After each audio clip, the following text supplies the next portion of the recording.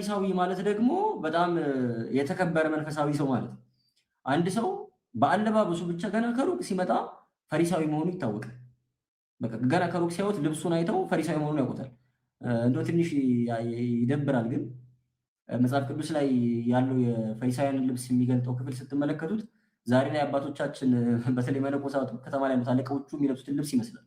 እጁ ሰፊ ነው፣ ቀሚሱ ረጅም ነው፣ ባለዘርፍ ነው ምናምን ያለ ይዘረዝራል። እና ገና በአለባበሳቸው መነኮሳትን ከሩቅ እንደምንለየው እኛ አይሁድም ደግሞ ፈሪሳውያን ገና ከሩቅ መለየት ይችላሉ፣ ከሩቅ መለየት ይችላሉ ማለት ነው።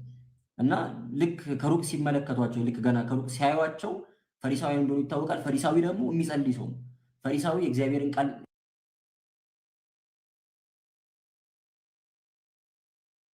ነው ከተባለ አንድ ሰው የክብር ቦታ ይሰጠዋል።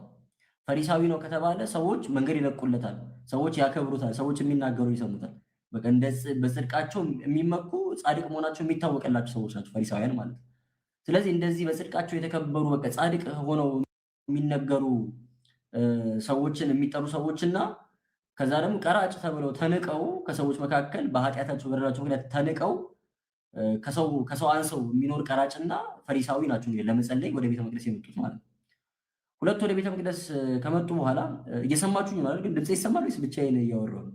እየተቋረጠ እንዳይሆን ኔትወርኩ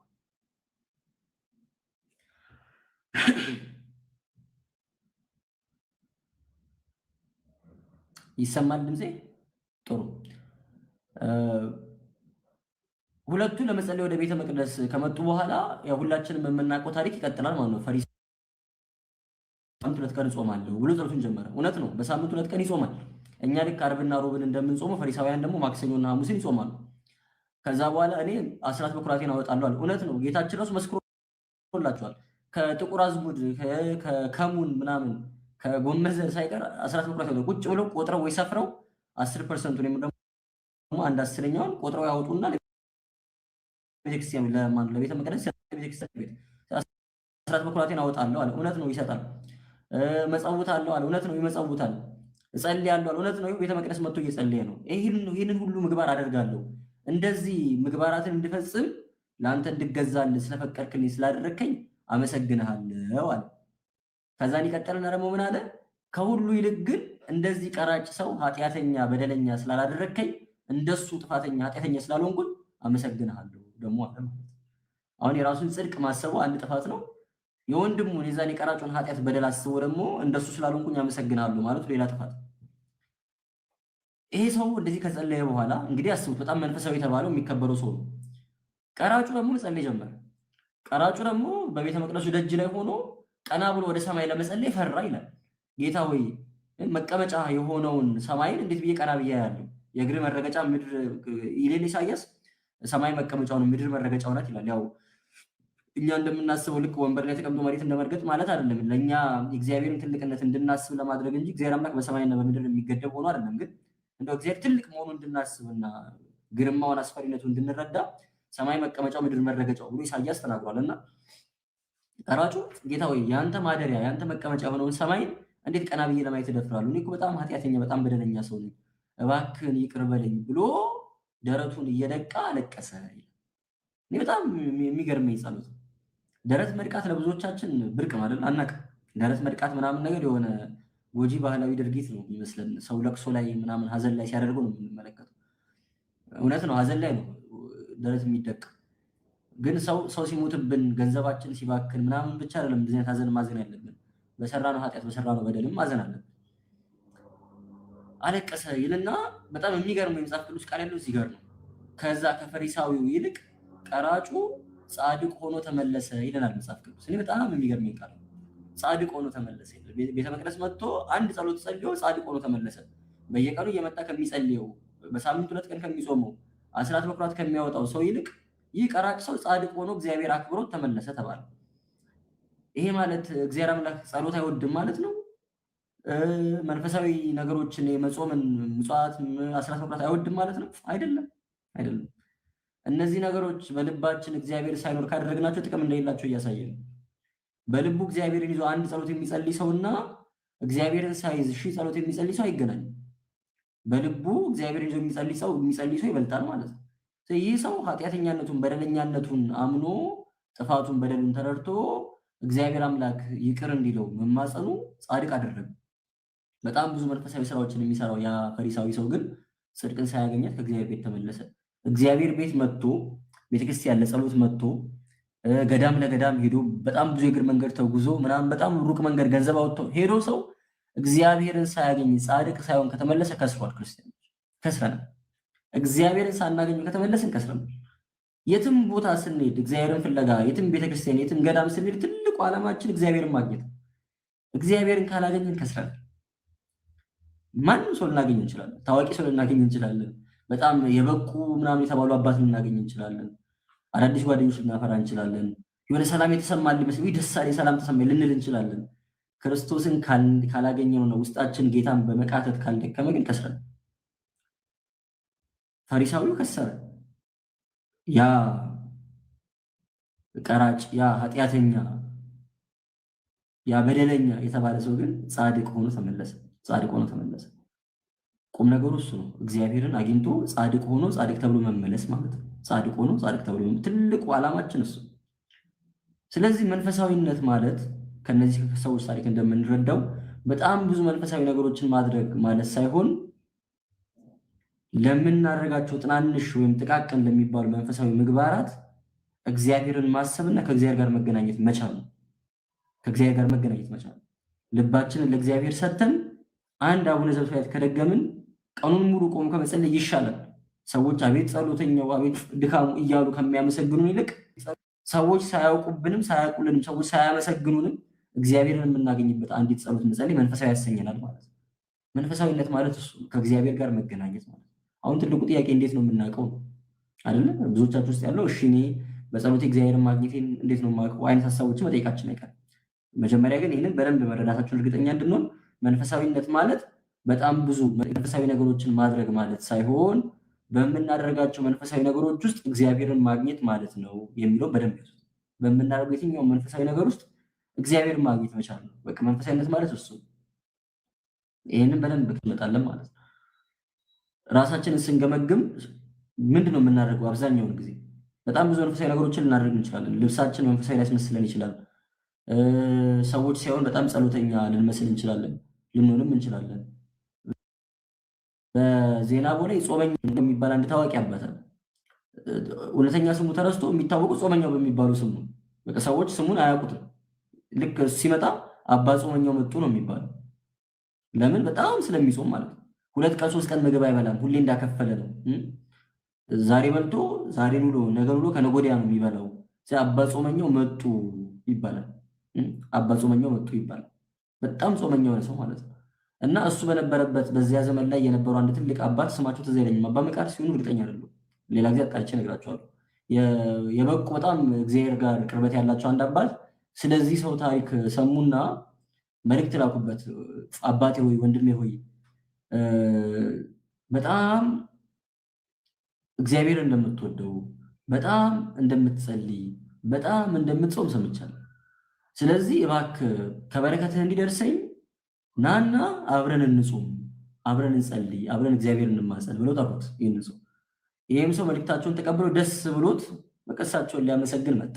አብሯቸው ሊጸልይ ስለጠሩት እግዚአብሔር ይስጥልኝ ሊል አብሯቸው ሊጾም እግዚአብሔርን አብሯቸው ሊያመሰግን ማለት ነው። እንግዲህ እንደነገርኳችሁ 2 ቀን 3 ቀን ምግብ የማይበላ ሰው ልክ እኛ አባት ጋር መጥቶ መጾም ሲጀምሩ ግን ጠዋት ጀምረው ገና 3 ሰዓት ሲል ራበው። ይሄ ሰውዬ መጾም አልቻለም። ገዳም ገብቶ ከሳቸው ጋር በጣም ታገለ፣ ደከመው። ሲጨነቅ ጊዜ እንደምን ኧረ ወረዳለሁ ምን ይሉኛል ትንሽ ልቆይ ብሎ 2 ሰዓት በኋላ ግን አልቻለም። ስላልቻለ ወደኛ አባት መጣ። ነግራቸው ስለወድቆ አባቴ ይቅር ይበሉኝ፣ እኔ አቅቶኛል። እኔ በጣም ምጾም ሰው ነበርኩ፣ በጣም ምጸልይ ሰው ነበርኩ። ዛሬ ግን መጾም አልቻልኩም። ዛሬ ግን መጸለይ አልቻልኩም። አቅቶኛል፣ ምን እንደሆንኩ አላቅም እና በቃ ያሰናብቱኝ፣ እኔ ወደ ሀገሬ ልመለስ ነው ማለት። እኛ አባት አይ ግድ የለም ልጄ እግዚአብሔር ይርዳ፣ እግዚአብሔር አብሮ ይሆናል። ግን ምን ሆኜ ነው አባቴ ለምንድን ነው መጾም ያቃተኝ ሲላቸው እስከዛሬ ስትጾም የማይደግም ምንም እንኳን በአፍ ምግብ ባትበላ በጆሮ ትበላ ስለነበረ ነው። በጆሮ ትበላለህ። አቤት አባ ጾመኛው መጡ፣ እኚህ ጻድቅ አባት፣ እኚህ ብርቱ አባት ሲባል ልብን ደስ ይለው ስለነበር እሱ ሞቲቬሽን ሆኖ ነበር የምትጾመው የምትጸልየው። ዛሬ ግን ገዳም ውስጥ ነው ያለው። የሚያመሰግን ማንም የለም። የሚፈታተን ሰይጣን እንጂ የሚያበረታታ የሚያመሰግን ሰው በዙሪያ የለም። ለዛ ነው መጾም ያቃተህ አሉት። ለዛ ነው መጾም ያቃተህ አሉት። የሆነ ኢምፕረስ ማድረግ የምንፈልገው ሰው ባይኖር ቅዳሴ ማንሄድ ሰዎች አሉ። የሆኑ የሚያዩ ሰዎች ባይኖሩ ከበሮ ማንመታ ሰዎች አሉ። የሆነ አይነት ስታተስ ቢውልድ የምናደርግበት ቦታ ካልሆነ ወጥተን የማናገለግል ሰዎች አለ። ቤተክርስቲያን የማንሳልም ሰዎች አሉ። በሆነ አጋጣሚ ከሀገር ወጥታችሁ የምታውቁ ወንድሞች እናቶች ካላችሁ ከሀገር ባትወጡ ራሱ ሀገር ውስጥ ሆኖ አዲስ ከተማ ማንም ሰው የማያውቃችሁ ቦታ አዲስ የሆነ ከተማ ወይም የሆነ ቦታ ሄዳችሁ የምታውቁ ሰዎች ካላችሁ ቤታችሁ የሚሰማችሁ አይነት መንፈሳዊነት እዛ ቦታ ላይ አይሰማችሁ። አብሯችሁ የሚያውቃችሁ ሰው ከሌለ የሚያሰኛችሁ መንፈሳዊ ተጋድሎ ወይም ድካም ሳይሆን የሚሰማችሁ ኃጢአት የመስራት ፍላጎት። ይቅርታ ኮመንት ላይ እየተረባበሻቸው መሰለኝ። ኦፍ ማድረግ ይቻላል አይደለ? ኮመንቶቹ ኮመንት የቱ ጋር ኦፍ የሚደረገው አላውቀውም። በጣም ይቅርታ። እንግዲህ ቀጣይ ተምሬ እመጣለሁ አጥንቼ የቱ ጋር ኦፍ እንደሚደረግ። እዚህ ጋር ምንም እያሳየኝ አይደለም። ይቅርታ። በተሻለ አቅም ዝም ብለን ለትንሽ ደቂቃ ብንማመር ጥሩ ነው፣ ሌሎችን እንዳረብሻቸው። ስለዚህ አዲስ ቦታ አዲስ አካባቢ ምናምን ስንሄድ ወደ መንፈሳዊ የመሆን ብዙ የመጸለይ የመጾም ምናምን ፍላጎት ሳይሆን የሚያድርብን በቃ ፈታ ማለት ነው አይደል? ማንም የሚያቀር የለም፣ ማንም የሚያይን የለም። አካባቢውን በደንብ ብናተራምሰው የፈለግነው ኃጢአት ብንሰራ ደስ ይለናል። ውስጣችን የሚሰማን ስሜትም መንፈሳዊ የመሆን ክትቴ ማለት ራስን የመሰብሰብ ሳይሆን ለቀቅ ማለት ስሜት ነው እና ብዙዎቻችን መንፈሳዊ ነገሮችን የምናደርገው ለሰዎች አይን ነው እንጂ ለእግዚአብሔር አይን አይደለም። እግዚአብሔር ሁሉም ቦታ እንዳለ እግዚአብሔር እንደሚያየን ከማሰብ ይልቅ የሚያየን ሰው የሚያቀኝ ሰው የለም የሚለው እሳቤ ብዙዎቻችንን የሚያሰናክለን የሚያዘናጋን ይመስለኛል። እውነተኛ መንፈሳዊነት ግን በቦታ አይወሰንም። እውነተኛ መንፈሳዊነት በሁኔታ አይገደብም። እውነተኛ መንፈሳዊነት ሰው አየኝ አላየኝ አይልም። እውነተኛ መንፈሳዊነት ሁልጊዜም እግዚአብሔርን ብቻ ነው የሚያስበው፣ እግዚአብሔርን ብቻ ነው የሚመለከተው። እሱን ነው ያጣነው፣ ብዙዎቻችን እሱን ያጣነው። ቁም ነገሩ መንፈሳዊ ነን ስንል ቁም ነገሩ ብዙ መንፈሳዊ ነገሮችን አድርገን በጣም ጎበዝ ነው ከሌስቶም እሷ ስትጸልይ ጠዋት ዳዊት ደግሞ ውዳሴ ማርያም ጨምራበት አንቀጸ ብርሃን መልካ መልክ የሚቀራት የለም መባላችን አይደለም። እግዚአብሔርም እንደዛ አይደለም ይላል እኮ ጌታችን ስትጸልዩ አለ በጸሎታቸው ርዝመት በጸሎታቸው ብዛት የሚሰሙ እንደሚመስላቸው እንደ አህዛብ በከንቱ አትድገሙ ይላል። ሰምታችሁኛል? ማቴዎስ ወንጌል ላይ ምዕራፍ 6 ላይ ጌታችን ሲያስተምር በጸሎታቸው ርዝመት ወይ በጣም ብዙ ጸሎት ስለጸልየው እግዚአብሔር የሚሰማቸው እንደሚመስላቸው አህዛብ በከንቱ አትድገሙ አለ ጌታችን። ጸሎታችን የሚሰማው ረጅም ስለሆነ አይደለም። ጸሎታችን የሚሰማው ብዙ ስለሆነ አይደለም። ብዙ ጸሎት መጸለያችን፣ ረጅም ጸሎት መጸለያችን ምናልባት ለእግዚአብሔር ያለንን ፍቅር ሊያሳይ ይችላል። ከሰዎች ምስጋና ፈልገን ሳይሆን ከእግዚአብሔር ጋር ሆነን እግዚአብሔርን ለማግኘት የምንጸልይ ከሆነ እግዚአብሔር አምላክ ሊሰማን ይችላል። ያ ፍቅራችንን ሊገልጥ ይችላል። እግዚአብሔር እንደምንወደውና ለሱ ያለን መታመን የምንገልጥበት ሊሆን ይችላል። ረጅም ሰዓት ለጸሎት መቆማችን። ረጅም ጸሎት አያስፈልግም ማለት ነው። ጌታችን በከንቱ እንደሚደግሙ አትሁኑ ሲለን ረጅም ሰዓት እንዳትጸልዩ ማለቱ አይደለም። እንደዛ ማለቱ እንዳልሆነ የምናውቀው ሌላ ቦታ ላይ ሳታቋርጡ ጸልዩ ስለሚያዘን ሳታቋርጡ ጸልዩ ተብለናል። ቀኑን ሙሉ ብንጸልይ እግዚአብሔር አምላክ ደስ ይበል። ቁም ነገሩ ጌታችን በከንቱ አትድገሙ ሲል ረጅም ሰዓት እንዳትጸልዩ ማለቱ አይደለም። በከንቱ አይሁን ጸሎታችሁ ማለቱ ነው። ጸሎታችሁ ስለበዛ አይደለም እግዚአብሔር የሚሰማችሁ። እግዚአብሔር የሚሰማችሁ ልባችሁ ክፍት ስለሆነ ነው። በፍቅር ሆኖ በትህትና ሆኖ ቅንነት ባለው መንገድ የሚጸልይ ጸሎት ከሆነ ነው እግዚአብሔር የሚሰማችሁ እንጂ በጣም ረጅም ሰዓት ስለጸልያችሁ በጣም ብዙ ጸሎት ስለጸልያችሁ አይደለም ነው እንጂ ጌታችን እያለ ያለው ረጅም ጸሎት አያስፈልጋችሁም አይደለም። ስለዚህ ቁም ነገሩ በጣም ረጅም ጸሎት መጸለያችን፣ በጣም ብዙ ሩቅ የሆነ ገዳም መሄዳችን፣ በጣም መንፈሳዊ የሚያስብል ልብስ መልበሳችን እና የመሳሰለው ነገር አይደለም። ትልቁ ቁም ነገር መንፈሳዊ የሚያስብለን የነዛን ነገሮች እንድናደርግ ድራይቭ የሚያደርገን ነገር ነው። ብዙዎቻችን ሞቲቬሽን ለምደናል። መንፈሳዊነትን በሞቲቬሽን ለመደገፍ የሚሞክር ሰው በጣም ደካማ ሰው፣ በጣም ሰነፍ ሰው ነው። ክርስትና በሞቲቬሽን አይሆንም። በጣም አይዞሽ በሚል ስሜት አይሆንም። እኔ አሁን በጣም ከሚያስፈሩኝ ነገሮች አንዱ ይሄ ነው። አሁን ያለንበት ጊዜ ላይ በጣም ብዙ መንፈሳዊ የሆነ ነው። እግዚአብሔር ይመስገን አይደል? በጣም ብዙ መንፈሳዊ የሆነ እና ከአንድ ወንድሜ ጋር እንዲቁጭ ብለን ስናወራ በየጊዜው የሚመጡ ትሬንዶች አሉ። ለምሳሌ የሆነ ሰሞን እኛ ገና ሃይስኩል ምናምን ስንደርስ ትሬንዱ የነ ኦሾን መጽሐፍ ማንበብ ነበር አይደል? ሁሉም ወጣት ተነስቶ የኦሾን መጽሐፍ ያነባል። ከዛ በኋላ አብዛኛው ሰው ኤቲስት ይሆናል፣ አንዳንዱ ያብዳል ተብሎ ይነገረታል ምናምን ነገር። ትሬንዱ የነበረው የፍልስፍና መጽሐፍትን የኤቲዝም መጽሐፍትን ማንበብ ነበር። አለፈ ያ ትሬንድ። ሲያልፍ ግን ዝም ብሎ አላለፈም። አጥፍቷቸው ያለፋቸው ሰዎች አሉ። እዛ ውስጥ ገብተው ሳይጠፉ የተመለሱ ሰዎች ይኖራሉ። ግን ደግሞ የጠፉ የሞቱ ሰዎች ደግሞ አሉ። የሆነ ሰሞን ደግሞ ትሬንዱ የሆነ ሰልፍ ሄልፕ ቡኮችን ትችላለህ፣ አይዞ በርታ የሚሉ ማኒፌስት አድርገና የሚሉ ሰዎችን በቃ ሁሉም ሰው እዛ ላይ ነበር። የሆነ ሰሞን ሞቲቬሽኑ ሀሳቡ ምናምን ነገር እዛ ላይ ነበር።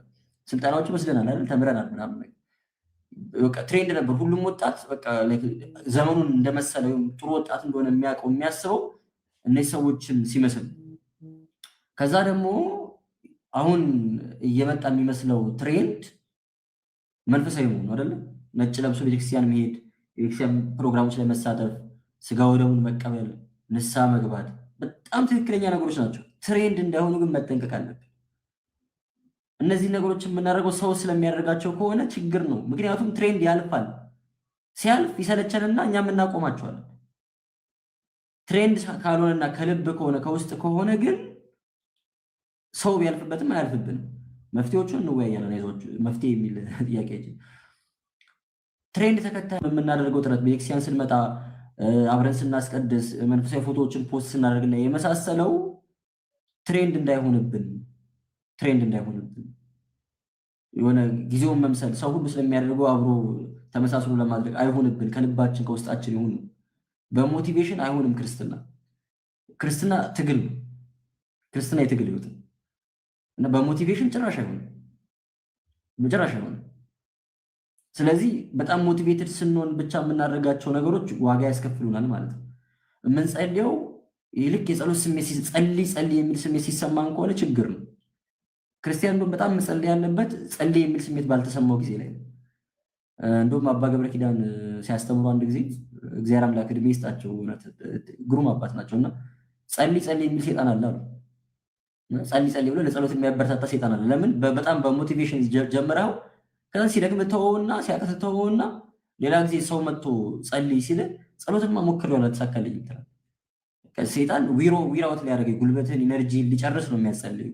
አንተ ፍቅር ኖሮ እግዚአብሔርን ናፍቀ ወይ ለእግዚአብሔር ያለን ፍቅር ስቦ ሳይሆን በቃ ውስጥ ስለሚጓጓ ማለት ነው። ውስጥ ስለሚጓጓና ስለተነሳሳ ሞቲቬትድ ስለሆንክ ማለት ነው። እንደዛ ከመሆን እግዚአብሔር አምላክ ይሰውር ሁላችንም። ትልቁ ቁም ነገሩ ነገሩን ማድረጋችን ብቻ አይደለም፣ ነገሩን የምናደርግበት ኢንቴንሽን ነው። ስለዚህ ሀሳቡ ምንድነው? ክርስትና ወይም መንፈሳዊ ነገሮችን የምናደርገው ለእግዚአብሔር ካለን ፍቅርንና የምርም እግዚአብሔርን ለማግኘት ካለን ተነሳሽነት መሆን አለበት እንጂ በስሜት ላይ የተመረኮዘ መሆን የለበትም። ክርስቲያኖች መጸለይ ያለባችሁ በጣም ጸሎት ባስጠላችሁ ጊዜ፣ አንደኛ በቃ ምንም መጸለይ ባላስፈልጋችሁ ጊዜ አለ አይደለ? በደከማችሁ ጊዜ ወይ ደግሞ የሆነ ኃጢአት የሆነ በደል ሰርታችሁ አንተም ብሎ ጸሎተኛ አንቺም ብሎ ጸሎተኛ የሚል ስሜት በተሰማችሁ ጊዜ አረ ሁላችንም የሚያስጠላ እንደዛ። ለምሳሌ ሁሌ ማታ የመጸለይ ልምድ ያለው ሰው ይኖራል፣ ወይ ደግሞ ሁሌ ጠዋት የመጸለይ ልምድ ያለው ሰው ይኖራል። ማታ የሚጸልየው ሰው ከመጸለዩ በፊት የሆነ መጥፎ ሐሳብ ቢያስብ፣ የሆነ ክፉ ኃጢአት ቢሰራ፣ ወይ መጥፎ ፊልም ቢመለከት፣ የሆነ ኃጢአተኛ በደለኛ የመሆን ስሜት ቢሰማው መጀመሪያ የሚያደርገው እርምጃ የዛን ቀን ጸሎቱን መሰረዝ ነው አይደለ? እንዴት ይሄን ሁሉ ሐሳብ ካሰብኩ በኋላ ይሄን ነገር ካደረግኩ በኋላ ይሄንን ነገር ከተገበርኩት ካሰብኩት ከተናገርኩት በኋላ ካደረግኩት በኋላ እንዴት ብዬ ጸልያለሁ አይደለ? ሁላችንም ውስጥ ያለው ትልቁ ችግር ነው። እንደውም አንድ ወንድሜ ሲናገር በጣም የምጠላውን ኃጢአት ከሰራ በኋላ ተነስተ መጸለይ ከቻልክ አንተ እውነተኛ ክርስቲያን ነህ። በቃ በጣም የምጠላውን በጣም የምትጠየፈውን ኃጢአት ከሰራ በኋላ ተነስተ መጸለይ ከቻልክ አንተ ጎበዝ ነህ፣ ክርስትና የገባ ሰው ነህ ማለት ነው። ምክንያቱም ጸሎት የሚያስፈልግ ያኔ ነው። ጸሎት እኮ ሕክምና ነው አይደል? ከእግዚአብሔር ጋር ለመገናኘት ለመዳን የምናደርገው ጥረት ነው። የሆነ ጽድቅ በተሰማን ጎበዝ በሆንን ጊዜ ሳይሆን በጣም ኃጢአተኛነት በደለኛነት በተሰማን ደካማ በሆንን ጊዜ ነው መጸለይ ያለብን። ያኔ የምንጸልይ ከሆነ ክርስትና ገብቶናል ማለት ነው። መንፈሳዊነት ገብቶናል ማለት ነው። የሆነ ነገር ለማትረፍ እየጣርን ነው ማለት ነው። አይ በቃ ጸልየው የሚለው ስሜት አልተሰማኝም፣ ከፍቶኛል፣ ደብሮኛል፣ በቃ ቅር ብሎኛል ወይ ደግሞ ሞራል የለኝም በቃ አይነት ስሜት ሲሰማን ጸሎታችንን ከተው ነው ያን ጊዜ ከስረናል፣ ተበልተናል ማለት ነው። እንደውም አንድ አባት ሲያስተምሩ ምን አሉ? ማታ አቡነ ዘበሰማያት ብቻ ጸልዮ የማደር ልምድ ካለ፣ ለምሳሌ ማታ አንድ ሰው ሲተኛ አባታችን ወይ ደግሞ አይደለም የሚተኛው፣ በቃ ሌላ ጸሎት አይጸልይም፣ ሌላ ጸሎት አታውቅም። አሁን ለውዳሴ ማርያም ለመድገም ዳዊት ለመድገም ምናምን ነገር ሞራል የለም። ግን በቃ አባታችሁን ሳትጸልይ አትተኛም። አባታችሁን የጸልዮ መተኛት ልምድ ያለ ሰው ልክ አባታችሁን በምትጸልይበት ሳለ ደክሞሃል ተኛ ተኛ የሚል ስሜት ከተሰማ አሉኝ አባታችሁን ብቻ ራሱ አይደለም ውዳሴ ማርያም ጨምርበት ይላል። በቃ አባታችሁን ብቻ ብለህ ራሱ እንዳተኛ ውዳሴ ማርያም ጨምርበት። እሱም ደግሞ የሚደክም ከሆነ እየጸለይክ ተኛ ተኛ በቃ ቶሎ ጨርስ የሚል ስሜት ከተሰማ ደግሞ አንቀጸ ብርሃን ጨምርበት። እሱም የሚያስቸግር ከሆነ ዳዊት ጨምርበትና ስትጸልይ እደር ይላል። እንዳትጸልይ የሚል ስሜት ከተሰማ ታገሉ ማለት ነው። ታገሉ ማለት ነው። አሁን ወደ መፍትሄዎቹ እየመጣን ነው፣ እግረ መንገድ እያስተዋላችሁ ከሆነ ስለዚህ አንድ ሰው የሆነ ፍላጎት ሲያድርበት ውስጡ ሲነሳሳ ስሜት ሲኖረው ፍላጎት ሲኖረው ብቻ መንፈሳዊ ነገሮችን የሚያደርግ ከሆነ ወደ መንፈሳዊነቱ ነገር አልመጣንም ማለት ነው።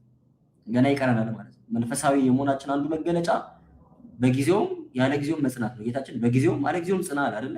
በጊዜው ማለት አድርግ በሚል ጊዜ ትክክለኛ በሚመስል ጊዜ ላይ፣ አለ ጊዜው ማለት ይሄ ለመጸለይ ትክክለኛ ጊዜ አይደለም፣ ይሄ ቤተክርስቲያን ለመሄድ ትክክለኛ ጊዜ አይደለም፣ ይሄ ምጽዋት ለመስጠት ትክክለኛ ጊዜ አይደለም፣ ጎሎብኛል አጥቻለሁ በምትልበትም ጊዜ ላይ ጽና ማለት ነው። ጽና ማለት ነው እንግዲህ በጊዜውም አለ ጊዜውም ጽና ማለት እሱ፣ በጊዜውም አለ ጊዜውም ጽና ማለት እሱ። ስለዚህ መንፈሳዊነትን ከስሜትና ከሞራል ምንድነው ከተነሳሽነት ከሞቲቬሽን ሳይሆን ከልብ ካለ ፍቅር ከውስጥ ካለ ተነሳሽነት የምናደርገው ከሆነ የሚያየን ሰው ባይኖር የሚያቀን ሰው ባይኖርም የምናደርገው ከሆነ ለምሳሌ ቀላል ምሳሌ ልስጣችሁ።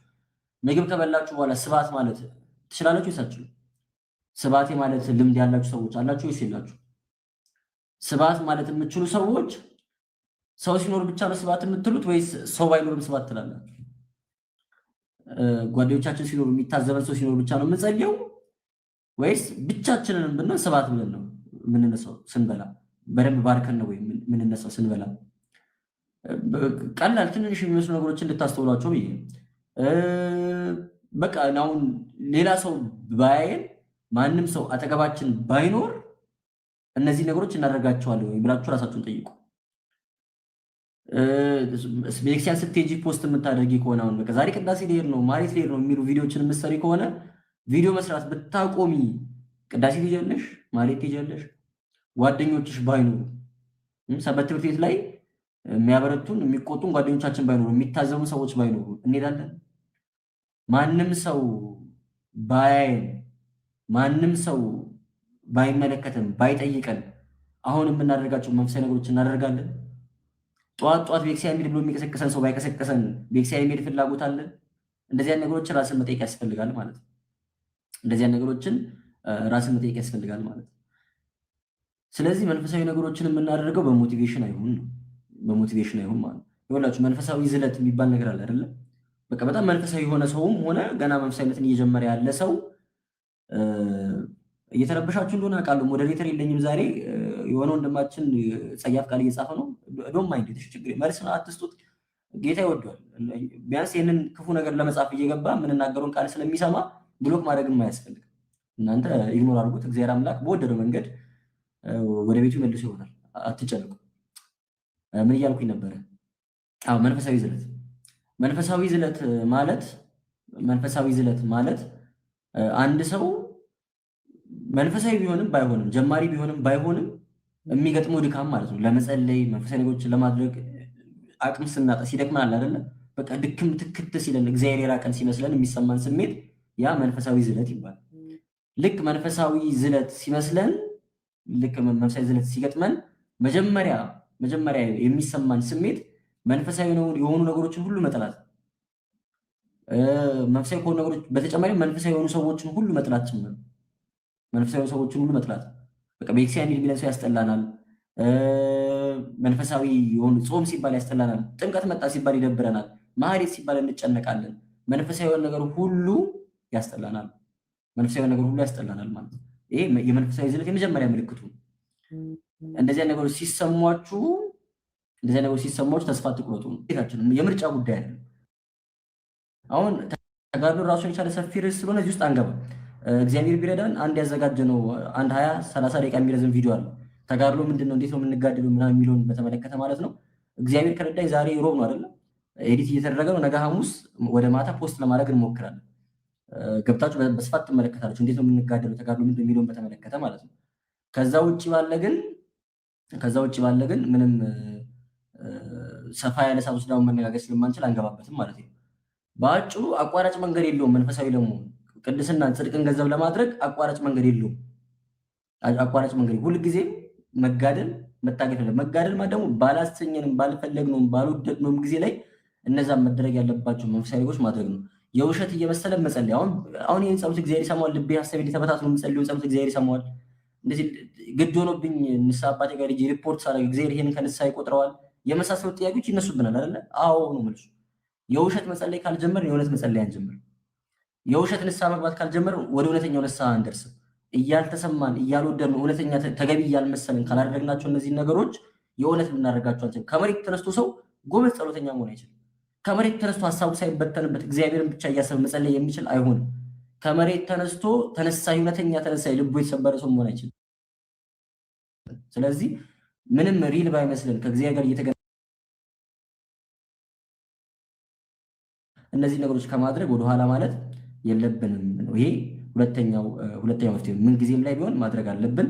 በስሜት በሞቲቬሽን መመራት የለብንም። መመራት ያለብን በእግዚአብሔር መንፈስ ነው። መንፈሳዊ ሰው ማለት በእግዚአብሔር መንፈስ የሚመራ ሰው ማለት ነው። መጽሐፍ ቅዱስ ላይ መንፈሳዊ ሰው፣ ስጋዊ ሰውና ፍጥረታዊ ሰው የሚባሉ ሶስት አይነት ሰዎች አሉ። መንፈሳዊ ሰው በእግዚአብሔር መንፈስ የሚመራ ነው። ስጋዊ ሰው በስሜቱ የሚመራ ነው። ፍጥረታዊ ሰው በእውቀቱ የሚመራ ነው። ስለዚህ በምናውቀው ነገር አይደለም የምንመራው፣ በቤተክርስቲያን ስርዓት ነው። ቤተክርስቲያን ምን ታነስ ብለን ጠይቀን እንጂ ምን አውቃለሁ ምን ይሰማኛል ብለን አይደለም። ምንድነው ደስ የሚያሰኝ ምንድነው ደስ የማያሰኝ ብለን በስሜት አይደለም። ከዛ ደግሞ የምንመራው በእግዚአብሔር መንፈስ ነው። እግዚአብሔር ምን ይወዳል፣ እግዚአብሔር መንፈስ ከኔ ምን ይሻል ብለን ጠይቀን ነው የምንመራው። የሚሉት እነዚህ ነገሮች መያዝ ነው። ከዛ በኋላ መንፈሳዊ ልምምዶች የግዴታ ናቸው። ጾም፣ ጸሎት፣ ስግደት፣ ምጽዋት የማይቀሩ መንፈሳዊ ልምምዶች ናቸው ማለት ነው። እነዚህ መንፈሳዊ ልምምዶችን ካላደረግን ወደ መንፈሳዊነት መምጣት አንችልም ነው። እነዚህም በተመለከተ ግን ሰፊ ሰዓት ወስደን በራሳቸው እንነጋገራለን። አሁን 4 ሰዓት ላይ ነው ለመቋጨት እቅዳችን። 3 ሰዓት ጀምሮ 4 ሰዓት ለመጨረስ ነው። አንድ 15 ደቂቃ አርፍደን የጀመርነው። ስለዚህ እኔ እዚህ ላይ ላብቃና ምናልባት አሁን ካወራነው ርዕሰ ጉዳይ ጋር ብቻ የሚገናኝ የምታነሱት ጥያቄ ካለ አንሱና ዛሬ የሚመለሰውን ዛሬ ለቀጣይ የምናስተላልፈው ለቀጣይ አስተላልፈን እንቋጫለን። እኔ ግን እዚህ ላይ ማበቃ የተሻለ ይመስለኛል፣ ሰዓታችንን ለመጠቀም ያክል ማለት ነው። ከ1 ሰዓት በላይ አልቆይም እና ምን ትላላችሁ? ጥያቄ ዛሬ ካወራነው ጋር ብቻ የተገናኘ ጥያቄ ካላችሁ ማለት ነው።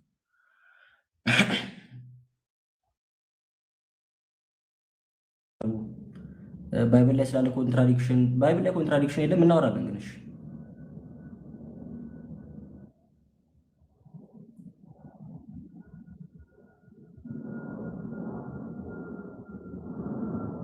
መዝሙረ ዳዊት ስንጸልይ ሙሉ ማለቅ አለበት ወይ? አይደለም፣ ሙሉ ማለቅ የለበትም። አቅማችን ከፈቀደ 150ውን አቅማችን ከፈቀደ ጥሩ ነው።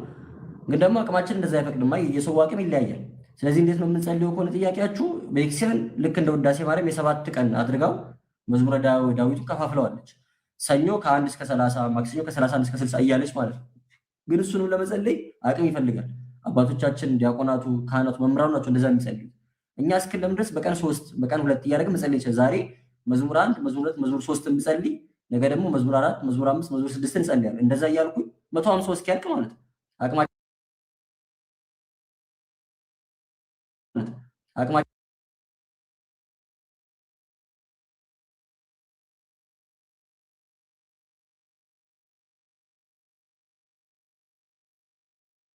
ቦታ ላይ ማማተብ፣ ነገረ መስቀሉ በሚነገርበት ቦታ ላይ ሁሉ ማማተብ፣ እሰግዳለሁ በሚልበት ቦታ ላይ ሰላምታ በሚያቀርብበት ደስ ይበልሽ በሚልበት ቦታ ላይ በአድኖ እጅ መንሳት፣ እነዚህ ተግባራቱ ጸሎቱን ከንባብ ውጭ የሆነ ከኛ ጋር እንዲዋሃድ ስለሚያደርግ እንደዚህ ተግባራትን መለማመድ ጥሩ ነው። ሌላውን ግን በስፋት እናወራበታለን። ሰው ሲሞት ለምን ቤተክርስቲያን ይቀበራል? ዛሬ ካነሳነው ርዕሰ ጉዳይ ጋር አይገናኝም። መመለስ ከጀመርኩ ሌሎች ጥያቄዎች ሊመለሱ ነው እና ለዛሬ ከተነሳንበት ርዕሰ ጉዳይ ጋር ብቻ ማለት ነው።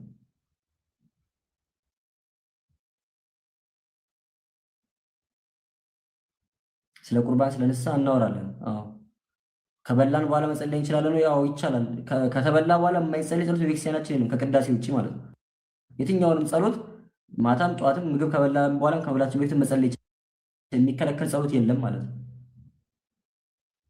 ሁልጊዜ መጸለይ እፈልጋለሁ ግን እንቅልፍ ይጫነኛል፣ ጸሎት እንዴት አድርጌ ላድርግ ከሆነ በስንፍና ምክንያት ሰንፈን ቁጭ ብለን ምናምን ነገር እንዳይሆንብን ምንችል ሁልጊዜም ስንጸልይ ቆመን አደግድገን አይደለ ታጥቀን ብንጸልይ ጥሩ ነው።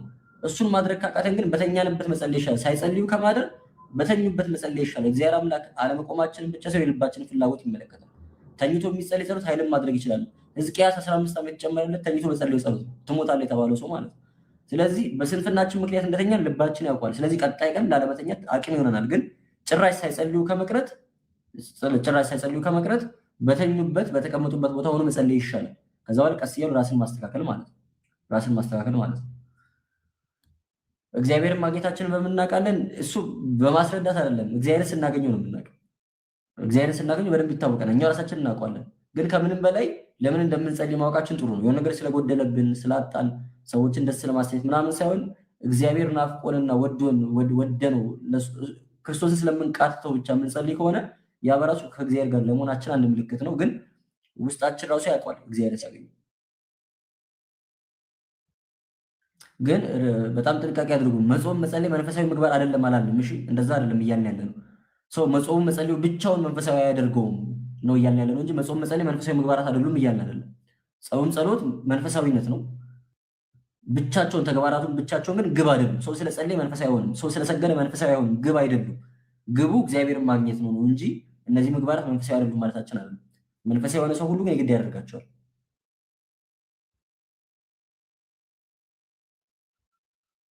ጸሎትን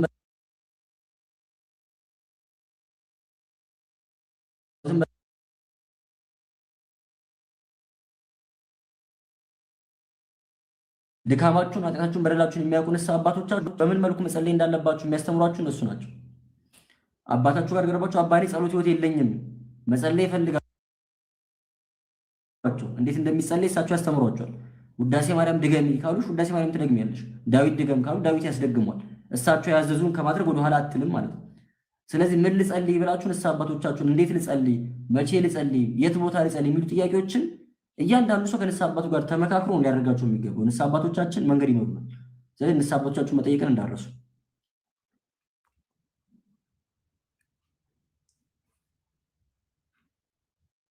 አሜን። አብሮ ያሰማን፣ አብሮ ቃሉት ያሰማን።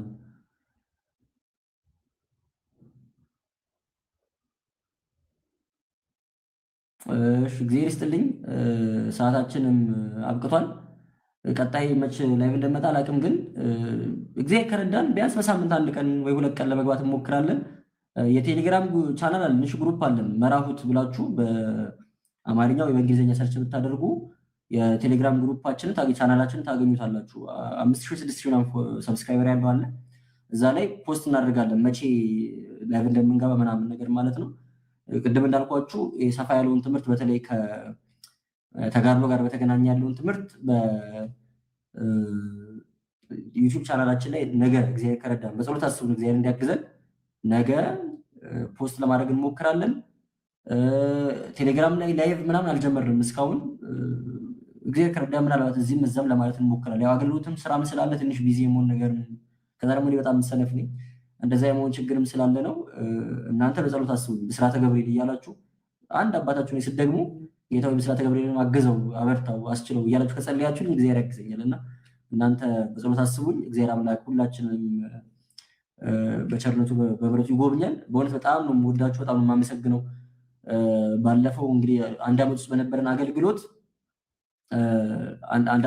አገልግሎት እኔ ትጋት አላሳየሁም አይደል? በየቀኑ እንደ ቲክቶከር አልሆንኩባቸው። ቲክቶከሮቹ የሚተጉትን አይነት ትጋት አልተጋውም።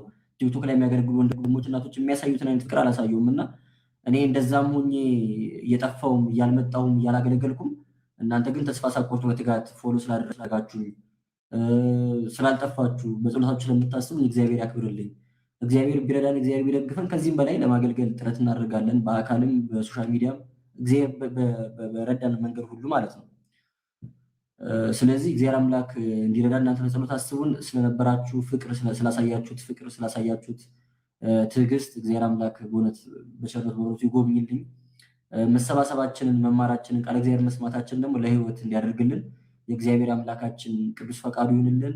ሁላችንን በያለንበት በቸርነት በምሕረት ይጎብኘን። ቸርነቱን ምሕረቱን አያርቅብን፣ በረከቱን አያርቅብን። ስለነበረን ጊዜ እግዚአብሔር አምላካችን ስሙ የተመሰገነ ይሁን። አቡነ ዘበሰማያት ይባል። ይትቀደስ ስምከ ትምጻእ መንግሥትከ ወይኩን ፈቃድከ በከመ በሰማይ ከማሁ በምድር ሲሳየነ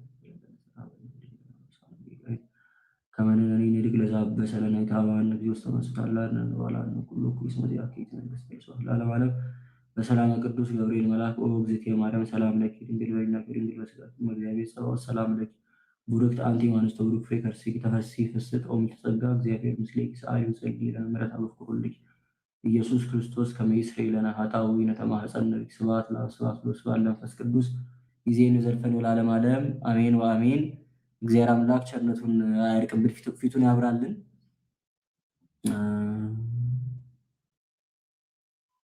ዲያቆናት ከውጭ ቢቆርቡ ችግር የለውም፣ የግድ ቤተ መቅደስ መቁረብ አለባቸው የሚል ሕግ እኔ እስከማውቀው የለም። በደብሩም ሆነ በሌላ ቦታ ላይ ከምዕመናን ጋር ቢቆርብ ነውር የለውም። ቀድሞ ስለሆነ ያው በባህላችን አልተለመደም፣ ግን ነውር ያለው ነገር አይደለም። ከጸሎት በኋላ ሀሳብ እንዳንቀይር። ሰላም ደሩ። እግዚአብሔር ያክብርልኝ፣ እግዚአብሔር ይስጥልኝ። እኔ ጨርሻለሁ። እግዚአብሔር ወዶ ፈቅዶ ቸር እንዲያገናኘን ቅዱስ ፈቃዱ ይሁንልን። ሌላ ጊዜ መዝሙር ጋብዛለሁ፣ ቃል እገባለሁ። ዛሬ ሳልዘጋጅ